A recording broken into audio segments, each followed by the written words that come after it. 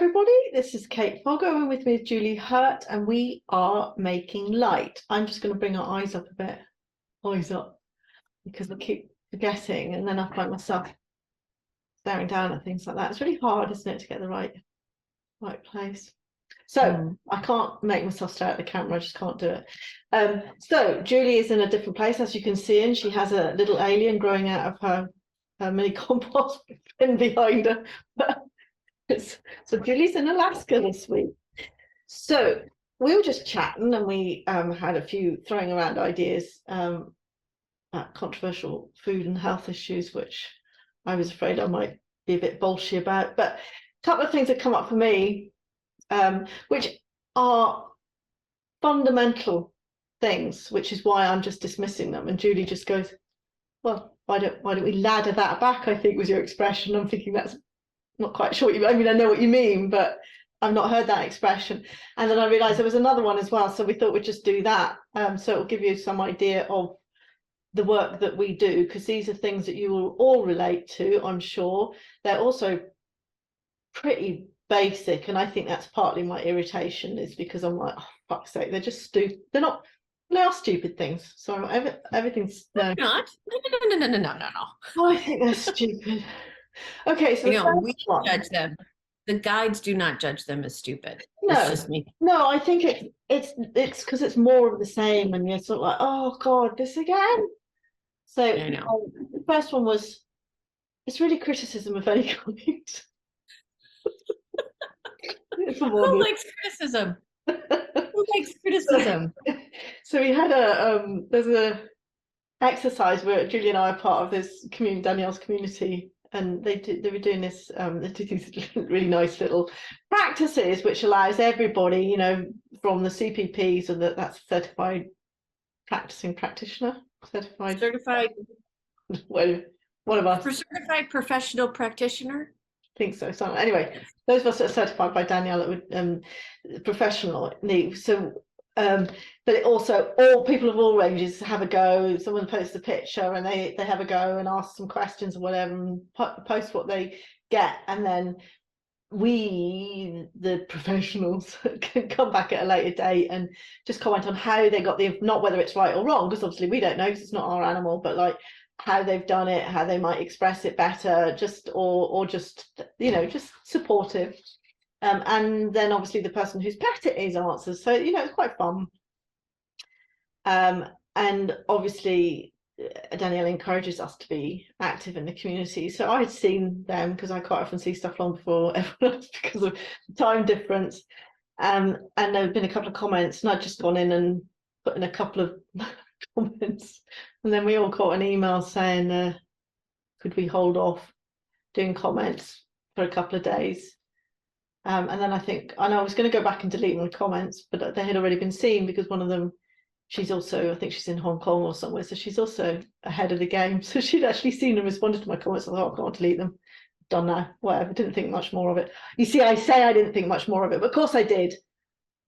Because we're talking about it now. And they were deleted, and like, I was like, don't have to deal with it. It doesn't matter, Kate. Like, because it's Danielle's, she can do what she likes, right? It's her business, it's her place, it's fine. It's, you know, and everything that Danielle says is always beautifully worded. There's no, you know, like that. But it's like, I know it was directed at me because it was me. Please don't comment.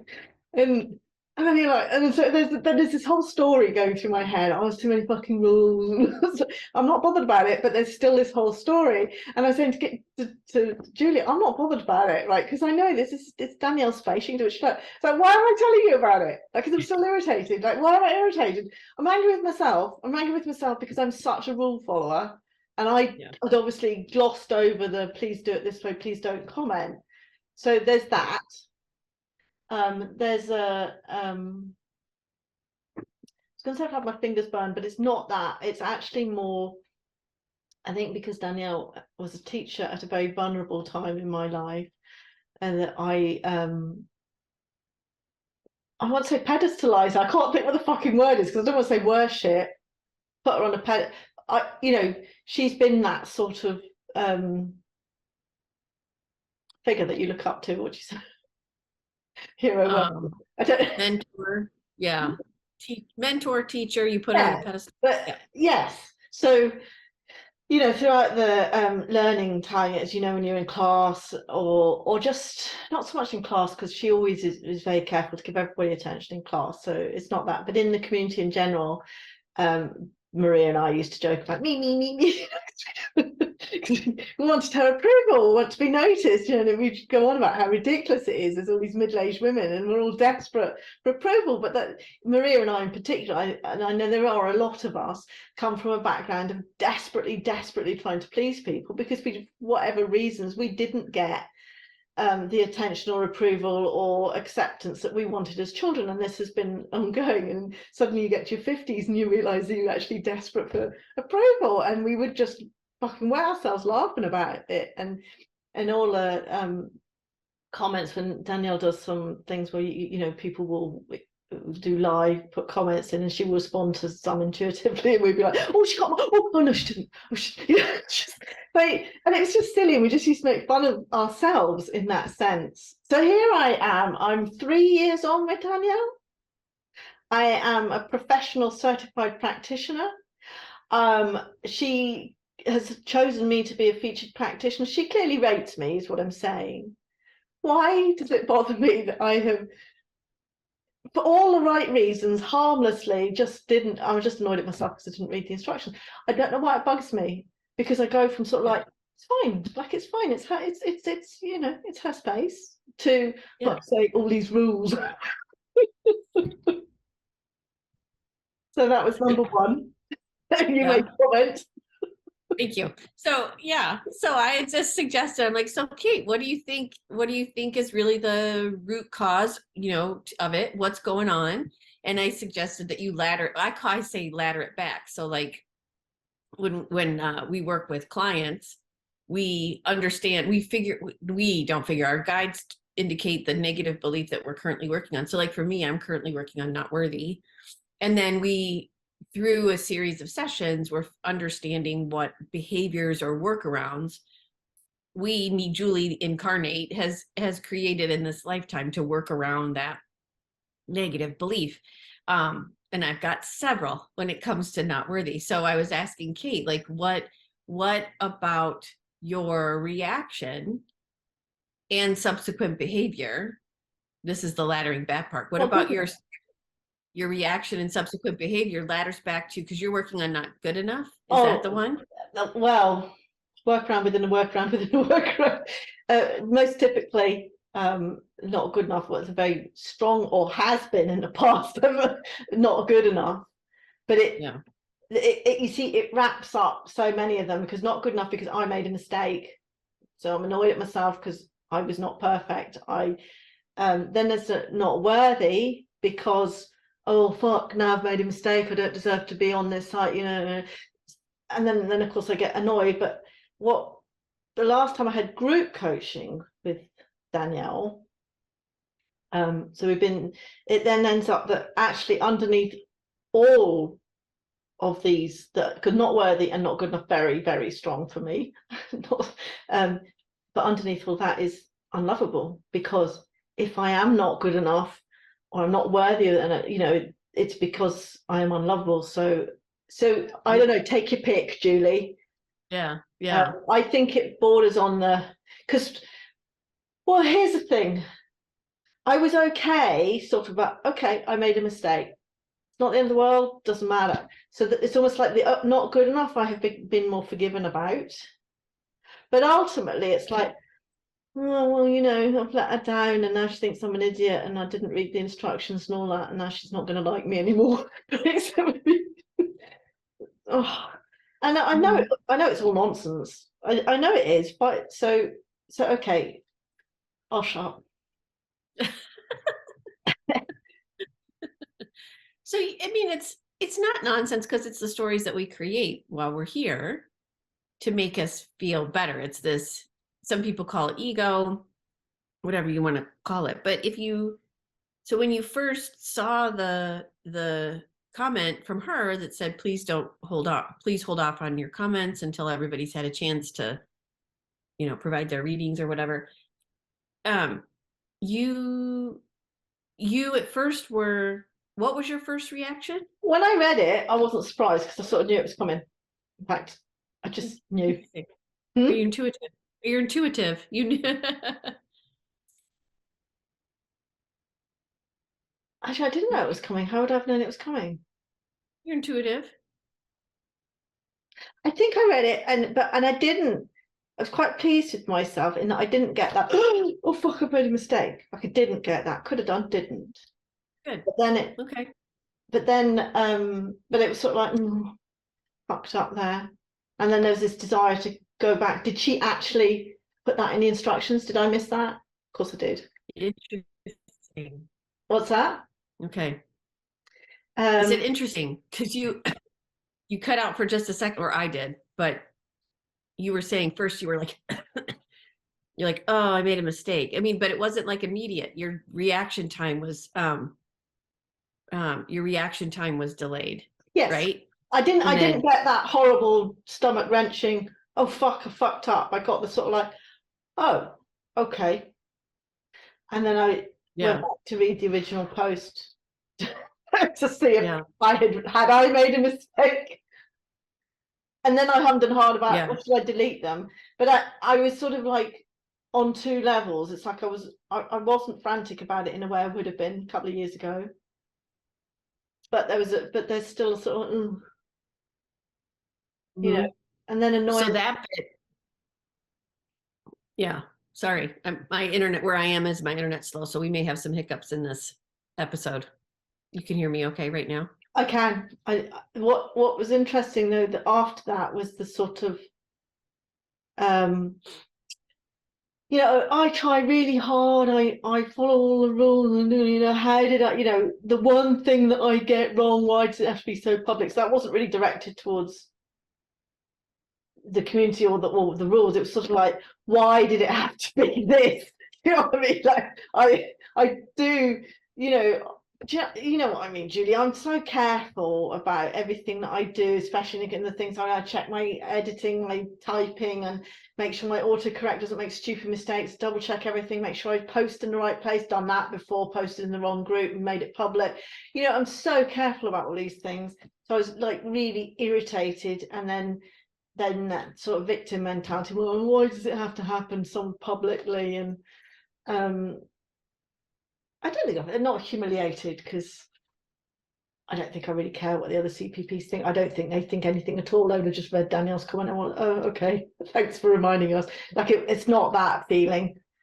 So but there's even workarounds in how you normally handle life, right? The triple checking of everything is also a workaround for not good enough, right? Because you have to make sure it's all perfect before you do something with it. So you triple check it. So so it might just be that even that is loosening up a little bit and letting go of that a little bit, which might be why you posted. Does that make sense? In my defense, I'm very careful because it's social media. It's not, oh no, I probably am careful in all things, because I have posted very, very personal stuff from our coaching and made it very public. It's like, oh fuck, because I'm but yes, there are workarounds in there about not wanting to be misunderstood. So needing to check the tone from various angles to make sure. Yes, and I think all of that I resent as well, because I feel like I can't just be myself. I have to be really careful, and I resent being manicured for public consumption, if you know what I mean. So interesting. So misunderstood and manicured, 2 words that the guides are like, bing, like pull in those little threads. So being misunderstood is outside of yourself. This is what they're saying. So you have Kate and you need to say something. So you express yourself and you express yourself. And that's as far as really, to some degree, we need to be concerned as we do this work, whatever the work, as we do this work on ourselves, because it's part of the challenge I find is we're still so worried about everything outside of ourselves that we have to have this double practice, if you will, of worrying about ourselves. So with that in mind, because it doesn't mean you shouldn't be polite or you shouldn't, be cognizant of other people's feelings, but for this purpose of this conversation, being misunderstood is outside of yourself. So if the focus is outside of yourself and, oh my gosh, am I going to be understood? Then that right there, to me, the guides are signaling, that signals a little bit of a workaround. What about being misunderstood? Why do you feel like you could be misunderstood? Why does it matter that someone perceives what you are saying in the way you want them to perceive it? Do you see what they're saying? And that right there is a little bit of a thing. Because I have Which also pertains to me, I will say right now. I just got that little bing. They just binged me on the head. Anyway, go ahead. because I have a history of getting in trouble for being misunderstood, as in mother predominantly, not exclusively, would, what's the word, lay a meaning onto things I did that wasn't there. Mm-hmm. Yeah. And not in a good way. So I was such, I don't want to say obedient, although I probably was, because I was quite a handful, but I was such a, I wouldn't say good, because I wasn't, I was a real handful, but in so many ways, I was a very careful little child who was scared shitless of getting it wrong, because I used to get in so much trouble. I was in trouble all the time. And I was always in trouble for things that I didn't really understand why. And this happened not just with my mother, this happened at school. And it would be by people, what's the word, not like layering on reasons to my behavior that simply weren't there. I would just do things. As I've grown to love and adore my inner child, I see this very sweet little child who actually was just getting on with shit, wasn't really bothered what other people thought, wasn't obsessed with all the things they thought I was obsessed with, actually just did stuff, and it would be misconstrued into something nefarious or evil or disobedient or whatever. So I spent the vast majority of my childhood very, very miserable and angry because I was being punished for something that I didn't really understand what I'd done wrong, because I never knew what I'd done wrong. I mean, some things obviously, but there was so much meaning layered onto my behavior. My mother still refers to it. She gives me like a knowing look about the way I was. And I'm like, I still don't know what that means. What? So yeah, it goes very deep. It's interesting because as you're talking too, I'm also, because you know how they kind of hit me upside the head going, this is for you too. Because I've shared some of the stuff that's been happening on the board that I chair. And as I was telling the board about this thing that had happened, and we were in executive session, so it was just us and the board, and I was telling about this thing that happened and the results of the action that I chose to take to address this thing. So I get through all of it, and then somebody criticizes my tone. Instead of the things at hand, I get criticized for my tone, that my tone was very, I don't know what the word was, that I don't remember, but it was more like of an intimidating or serious, which yes, of course it's serious. And I remember thinking, well, I have to correct that. And I had forgotten advice that a reader of ours that tunes in had told me, that said, if they say anything about you personally, if they say something to you personally about what you're talking about, it's a distraction from the issue at hand. Don't fall for it. And I'm like, okay. But I totally forgot about it, because in the moment I was like, oh, well, okay, well, that's how I was trained. Like I try to like backpedal, but then, and now of course I like, God damn it, what did I do that for? Because I don't mean to, it is a serious thing. and they didn't want to hear that it was serious. Well, that's their thing, not mine. But I've had, like, you were a handful. For me, anytime I would express myself, I feel like whether it was like talking about movies that I watched or protests that I supported or things like that, I was told I was weird. And so I try very much to at this. It's so interesting because we also have dual workarounds, which I think there's dual workarounds for you, but for me, like, I don't mind being weird, because then it's like, see, I'm weird. Like, then you don't, like, you can stay away from me. But at the same time, I also try to fit in. And when I don't fit in, then I get upset. And so I try, so when I speak or express myself, if I realize that I'm not fitting in, like my tone is, off, then it just freaks me out. So, but that's all part of also maybe not being worthy, but there could be other negative beliefs, because I also find that there's negative beliefs within negative. They're like Yes. Russian dolls, Yes. Russian nesting dolls. Yes. Yeah. And I think So we anyway, both have a history of this, because you don't like to be misunderstood, because what were we talking about? And I made a flyaway comment about something, and then you were quite upset by it later because it's something that triggered you from, I can't remember the word I used. I said I like to educate people.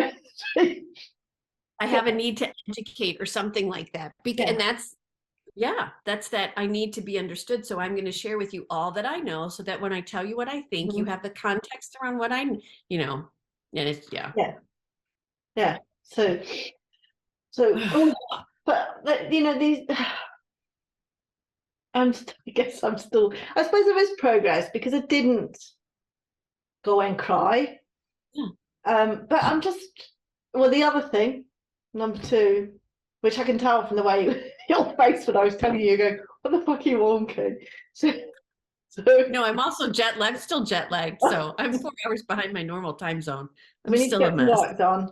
I'm trying not to bring up my whole beliefs about workmen and how they let me down and how shit, because I have a very good painter and decoration. Really like him, good work and all that. And I actually asked him for a couple of recommendations for joiners, because we have a balcony that we never use because it's Scotland, and we don't have any furniture on it.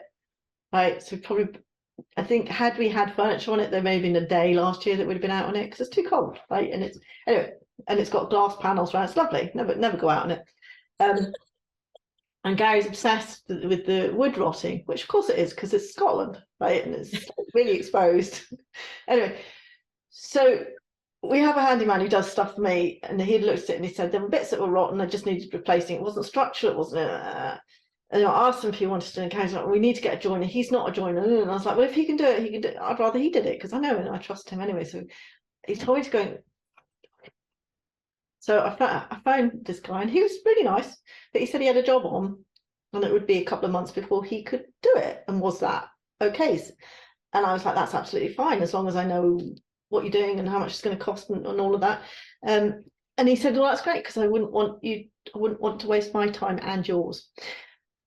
So now I feel like I can't ask for so he's coming next week. I can't ask for a second opinion, because I don't want to waste his time if I go with somebody else. Now, I realised when I said it out loud to you that what he's saying is, if I can't do the job for a couple of months, there are some people that won't even entertain. That's what he means. He doesn't mean, if I come out and give you a quote, you have to give me the job. Right. I just don't want, trying to get in tune with how I feel about things, because I don't have as much to do now, Julie. I don't feel like I have more time. I seem to be spending more time playing Card Sort, brilliant game on my phone. It's fucking mesmerizing. I'm nearly paid for it. I haven't, but nearly paid for it. But and I'm thinking, well, why this resistance? Why? Because at first I got quite annoyed at Gary, like, why can't Carlo do it? I don't understand why I need a joiner. If he can do it, he'll tell us if he can't do it. Of course, he can't do it, so he won't. Because eventually Gary, well, I'll just ask Carlo then. And again, there's a lot of stuff wrapped up in that. One is, well, you're sitting around, Kate. Why don't you sort it out? And I am, but that's not the point. Right. And two, I don't know. I don't like doing stuff like that. I've always been put on. My sister always made me do it if I'm with her. My mum always made me do it. I'm the one that always had to do shit, always had to phone people. Because I'm so ruthlessly efficient. And Wow. I just don't want to, I don't like people just think I don't mind doing it. And I do mind doing it. I really do mind doing it. And the more I'm, sort of feeling into what I do and don't want to do, I don't want to do I don't like them. It's fine. Got on a conversation with him, absolutely fine, really nice guy. It's great, it's fine. But I Yeah. sit again, oh, I can't.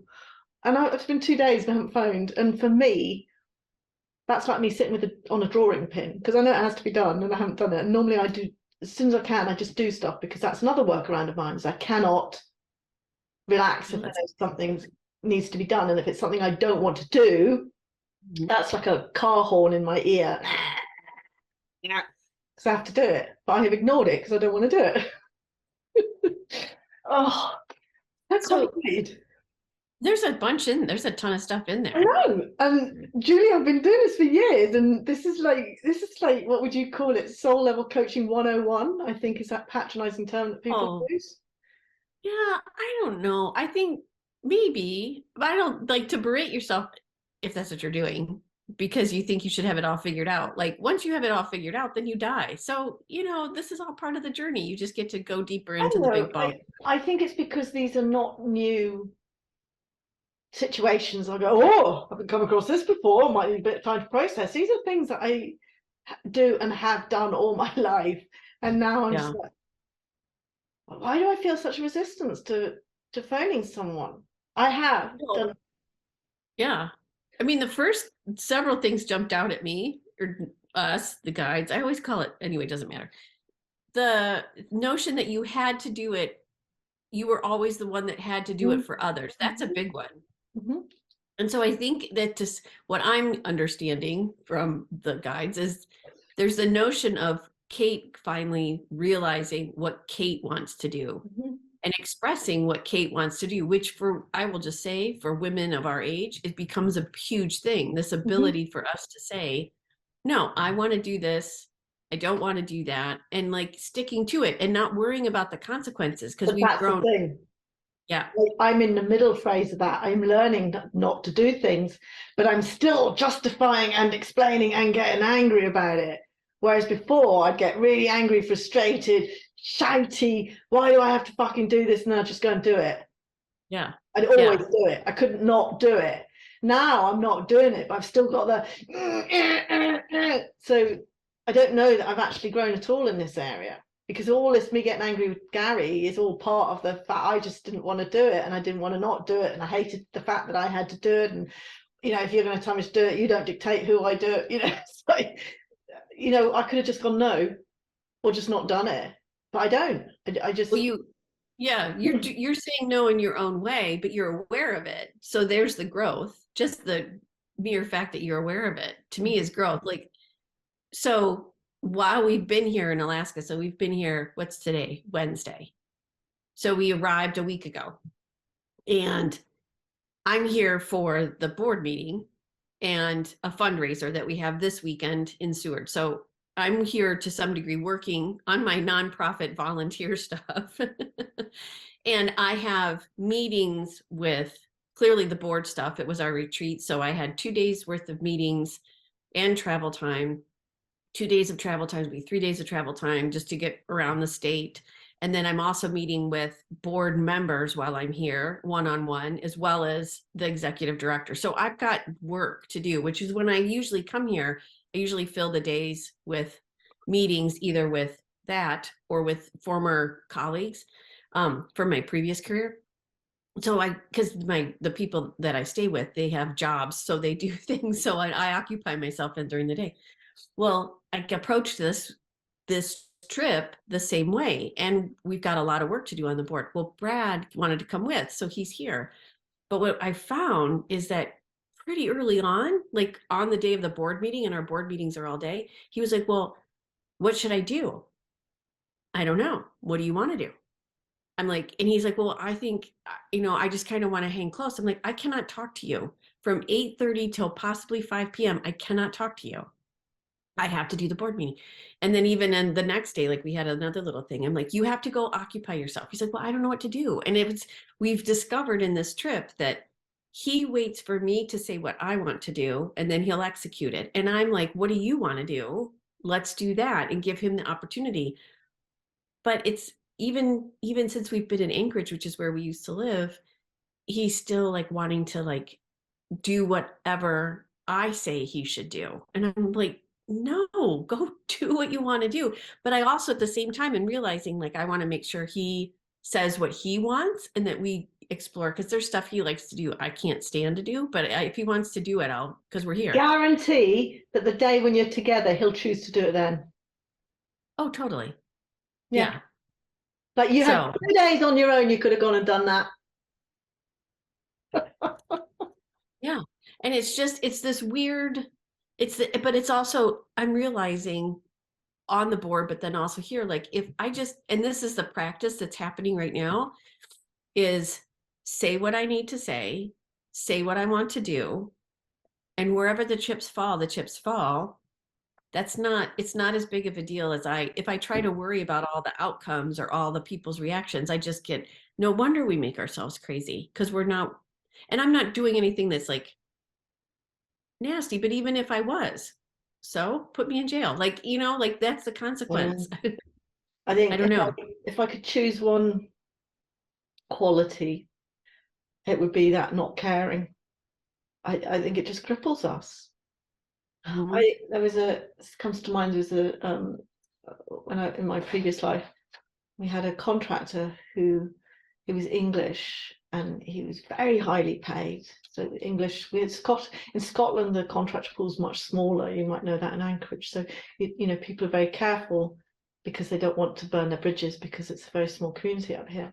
In England, it's a much wider community. They tend to travel a lot more, whereas a lot of the Scottish ones live locally and just whatever. But these are people that will just come up a week at a time, whatever, and they get paid a lot. And we were renegotiating his contract and that, and I can't remember the details now, but I had a real bit argy-bargy with his agent, and I'd got all, and I was actually perhaps wrongly for the company used to stick up for our contractors because it was important for me that he continued. I didn't want somebody else because legally they're not really contractors the way we used them, because actually there was a contract supposed to be somebody can slot in and out. Anyway, it doesn't matter. But I remember like getting really stressed about this. Anyway, I managed to negotiate it all. It's all fine. And when he came back, he went, "Oh yeah, it's all." Yeah, and he was like, "Oh, it's all fine. It's fun, isn't it?" And Mhm. I was like, "On what planet is Yeah. this fun?" To him, Yeah. it was a game. It was a negotiation. It was a game. He would win it or not. Didn't matter. And I was like a ball of mess. I was like, I'm just so different from some people. I want to be one of these people that goes, I don't give a fuck. Here's where I am. Here's what happens. This is how we do it. Oh, so you don't want to do it that way? That's okay. Like, I don't mean someone who's an asshole. I just mean someone who can genuinely go, whatever, that's fine. Yeah. You'll leave it. Yeah. I know. I would love to be able to do. I would love, like, I look back at the conversation that I had with the board, and I would love to. I mean, I was just so nervous too. Like, I would just love to have been able to say, here's the thing, but which I, to some degree, I guess now, like my guides are doing this. Like, you did that. You did. You got to tell them stop banging your head. You're going to have a brain I tumor. know. I know. I know. I did Well, you that. know what? We must be, both of us are closer because even when you talk about it and when I hear myself talk about it, I mean, we have a laugh about that, but there's not the same emotion that perhaps we would have had Yeah. even a year ago. Mhm. We can laugh about it. That's a big Yeah. step, actually. I can laugh. I can look at, and actually, that's the key to the soul level coaching, isn't it? Is when you can get to the point where you can laugh at your behavior and go, "This is just stupid," because Yeah. instead of being sucked into it and getting into the drama, because I can still see what I'm doing and I can see it's ridiculous and I'm annoyed at myself. But then the point is, I can see it and you can Yeah. see Yeah. and I can see that I need things to be a certain way and that's silly and that's not necessary and that's all just stories in my head.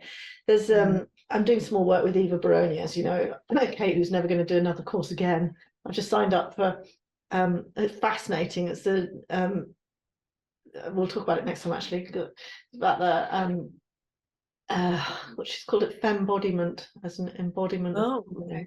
Mm-hmm. I asked you to ask you guys if, Oh, yeah. but one of the things that really attracted me to her in her email was, the example she used was like about swearing, that she swears in an email, and she says, and there are people that will email me and go, I really don't think you should use that language. And she said there was a time where that would have crippled me. Mm-hmm. And she's like, I choose that language, you can choose to read my emails or not. And it was just the simplicity of her sort of going, that you can get to a state where other people's opinions don't matter, as in like you say, it's nice to be respectful and polite and to be considerate of other people's feelings, but it's understanding that difference between what I've put out there, you can take it or leave it, and I'm not going to fall out with you about it. If you don't like it, that's fine. If you do like it, that's great. But to be able to do that over personal stuff, I mean, I think both of us could do that in some situations, but over it doesn't. And there's this other thing that keeps coming up in, I'm watching Drag Race Philippines, I think it is, and there's this one girl that keeps saying, you had a bad day, it's not bad drag. I don't know that it translates, but it is. It's basically, if you don't win that competition on that day, it's just because you didn't have a good day. It doesn't mean that you're drag. And this is true of everything. You had a bad day. You're not a bad person. Is basically, you're not shit at what you do just because you don't win all the time. You're not, if you don't handle something. So if I have a reaction to something online, it doesn't mean that all the work I've done has gone to shit. It just means that I had a little vulnerable moment. It doesn't actually mean anything about me as a person at all, whether the way I react about it or even the way I react to the reactions about it, if you know what I mean. All of that, we take it all so personally. Actually, that was one of the 4 agreements. Don't take anything personally. Yeah. Yeah. Because that's it. If I read the notice says, please don't comment, I could have just gone, oh shit, shouldn't have commented, gone, forgotten. Yeah, it's not personal, it wasn't an attack, right except I was the only person that it wasn't an email going, Kate, you fucking idiot, please don't. As I look at that one particular moment for me, when I was told that my tone was harsh, because the others, I've been criticized for having abrasive leadership.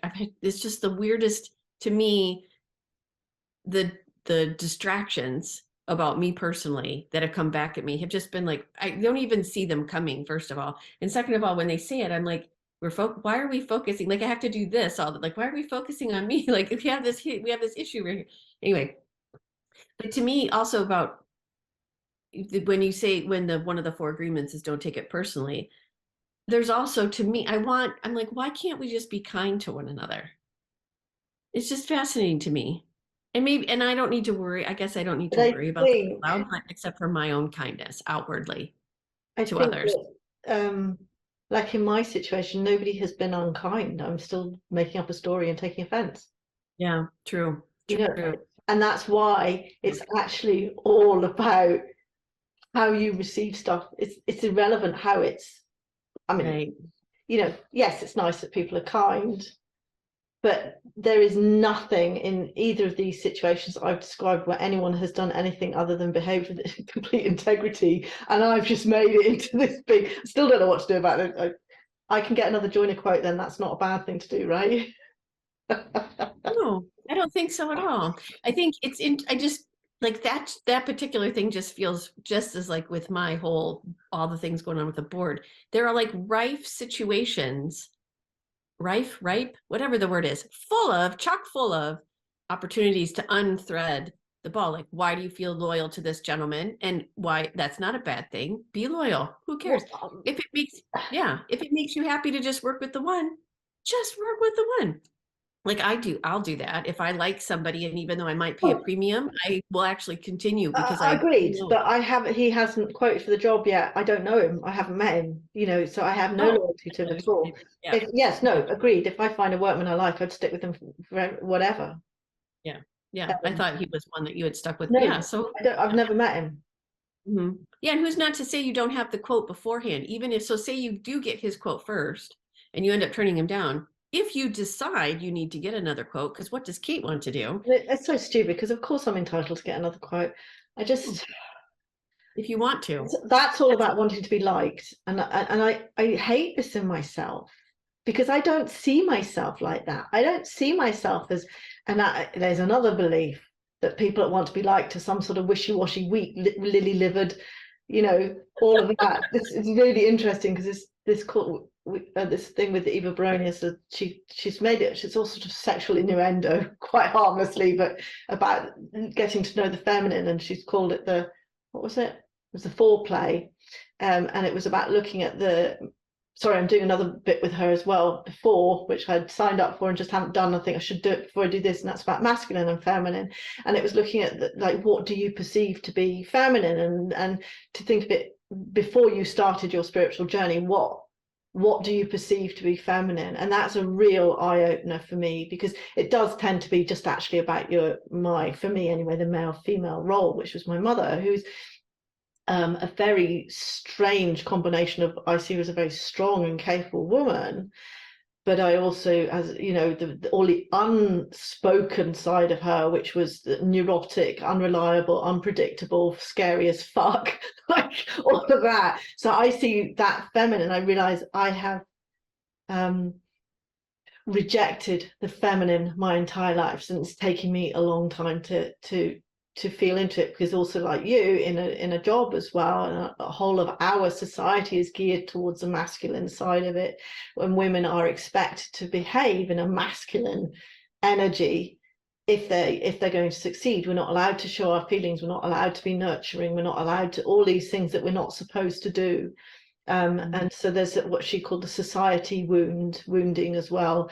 But and you're just like, but I have so many assumptions about the feminine, which is all, like women that take care of themselves and wear makeup and that. I would love to be that person. I frankly resent them, because, and this is all because of, when I dig back, it's all this mistrust, because I was brought up to believe that if people did that, like, you couldn't be intelligent and pretty, or one or the other. So pretty people were stupid, or they were manipulative, and then all being pretty and being attractive is all about pleasing men. That's what I was taught, not by men. This is what women taught me, that was what, that you had to keep your man happy. So there's some very interesting stuff coming up there. yeah, yeah. So I think that might be a good spot to end.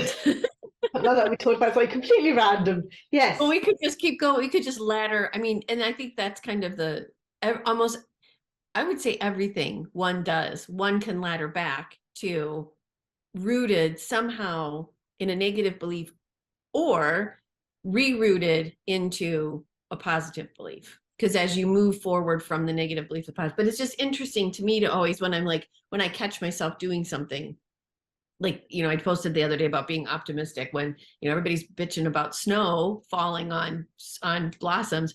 And I'm like, yeah, but blah, blah. And I'm like, oh, look at me. And I did laugh when you said, when you recognize it, you laugh. I'm like, look at me. I'm trying to be optimistic so that nobody feels bad. Yeah. So there's like lots of crazy little things that we find out As about long as ourselves. if we're laughing at ourselves, that's a job well done. That's what I would say. I agree. Cool. Yeah. So thank you so much, Kate, for joining me in Alaska this week for this week's episode of Making Light Two Humans Being. I'm Julie here. With me, as always, is Kate Fago. If you have any comments or questions about this episode, please leave them in the comments below. We love to hear from you all, and you can even suggest topics for us to discuss on an upcoming episode.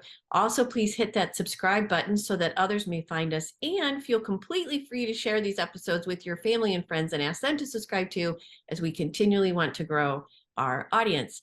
So we hope to see you next time. We release new episodes every Friday. We hope to see you next time here on Making Light Two Humans Being. Take good care of yourself.